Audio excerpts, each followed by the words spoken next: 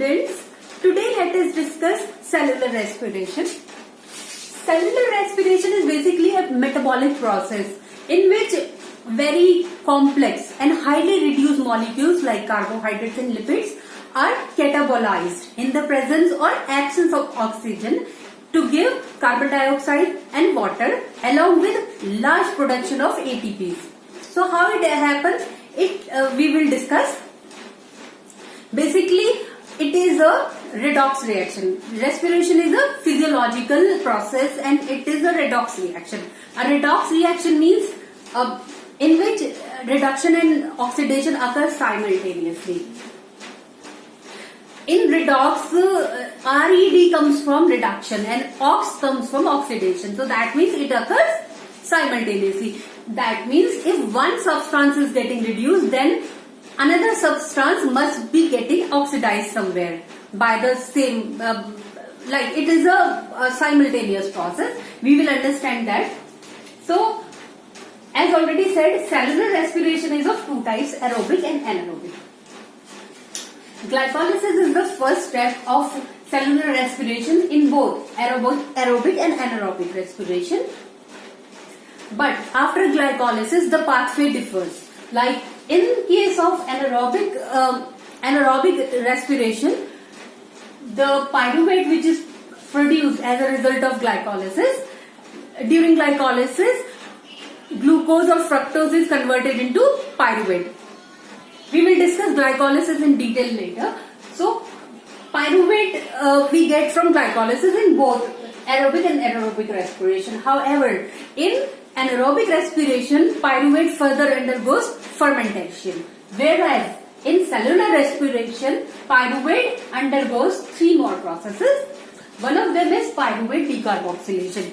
During pyruvate decarboxylation, pyruvate, which is a 3-carbon compound, is converted into a 2-carbon compound known as acetyl coenzyme, and 1 carbon is removed from pyruvate in the form of carbon dioxide. So the process is known as pyruvate getting decarboxylated oxidatively. It occurs in the presence of oxygen. The site of occurrence is pyruvate dehydrogenase complex, PDH complex. Once we get acetyl coenzyme from pyruvate decarboxylation, the acetyl coenzyme enters TCA cycle or Krebs cycle or citric acid cycle. Then it gets converted into a lot of intermediates. After that, we finally get some high energy molecules like NADH, FADH2, which further enter electron transport chain in order to yield ATP. So we will discuss all the steps one by one in very much detail. Right now I'm just giving you an overview of it. So we will use these terms very frequently while studying metabolism. One of them is oxidation and another one is reduction.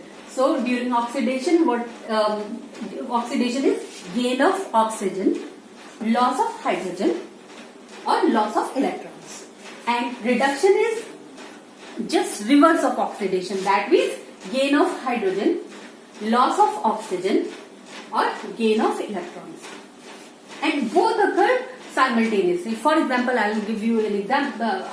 For example, NAD plus is an oxidizing agent because it can accept electron from other molecules and itself gets reduced by gaining of electrons. So let me tell you this.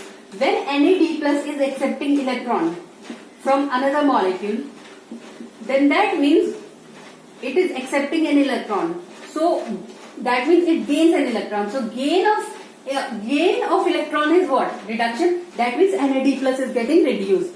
But the molecule which is giving electron away from itself, that means that one is getting oxidized because losing of electron is oxidation.